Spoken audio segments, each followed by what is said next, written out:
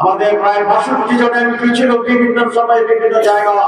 কোন এমপির বিরুদ্ধে দুর্নীতির প্রমাণ করা সম্ভব হয় না। সুতরাং আমরা পরীক্ষা দিয়ে পাশ করেছি যে আমরা দুর্নীতিমুক্ত এবং সৎ সংগঠনের নাম বাংলাদেশ জামাত ইসলামী। এই হলো জাতীয় ব্যাপার। চট্টগ্রামেও আপনারা আমাকে চিনেন, আমি ৯১ সালে নির্বাচনের প্রথম অংশগ্রহণকারী, যখন আমার বয়স মাত্র ৩১ বছর। সেবারে চট্টগ্রামের লোকেরা আমাকে ফুল ভোট দিয়েছিলেন। আমি কিছু ভোটের ব্যবধানে সেকেন্ড হই। কাজী জাফর ভাই সেবা নির্বাচিত হয়েছিলেন।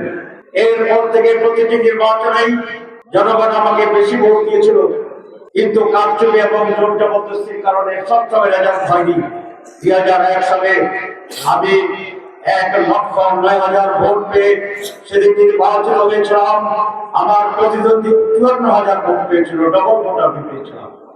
সেই সময় চট্টগ্রামে কোনো খুনাখুনি হয়নি, কোনো হত্যার ঘটনা ঘটেনি, কারো বাড়িতে আগুন লাগানো হয়নি, কারো দোকান জোর করে দখল করা হয়নি, কোন চাঁদাবাজি ট্যাক্স আমরা বসাইনি। এটা আপনার সাক্ষী আছে। সুতরাং এরপরের ইতিহাস শুধু চট্টগ্রামের নয়, বাংলাদেশে নির্বাচনের ইতিহাস। দিনের ভোট আগের দিন রাত হয়ে যাওয়ার ইতিহাস। নির্বাচনের আগেই নমিনেশন পেপারের সাবমিশনের সাথে সাথে ১৫৪ জন বিনা প্রতিদ্বন্দ্বিতায় নির্বাচিত ঘোষণা করা হয়েছিল। এটাই ছিল বাংলাদেশ। সেটার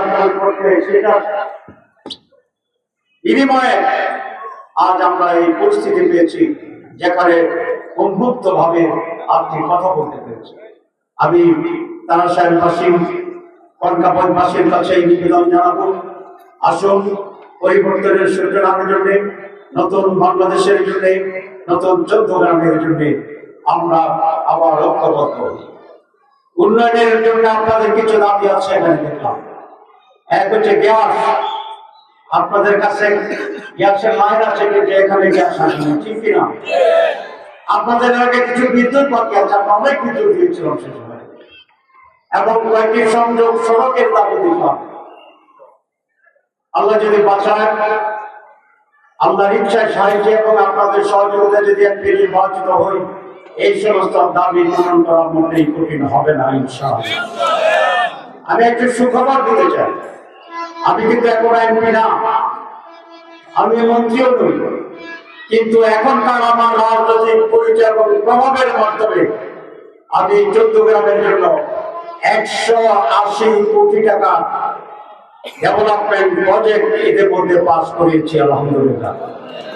সময়ের ব্যবধানে কয়েকশো রাস্তা তৈরি হবে চট্টগ্রামে। আমাকে এমপি নাও হবে, কারণ সরকার থেকে অনুমোদন করে দেওয়া হয়েছে।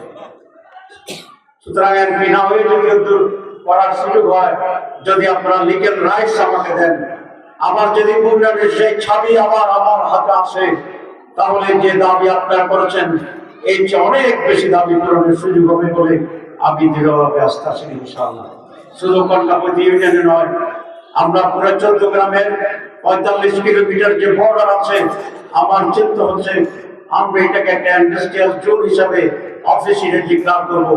এখানে ইন্ডাস্ট্রি গড়ে উঠবে, হাজার হাজার তরুণের শিক্ষিত অশিক্ষিত মানুষের কর্মসংস্থান হবে, তার 50% লোকাল গভর্নমেন্ট চট্টগ্রাম থেকে দিতে হবে। এরকম একটি ক্রস করে দেবো ইনশাআল্লাহ, যাতে চট্টগ্রামে যুবকদের ভিতরে বেকারত্ব না থাকে।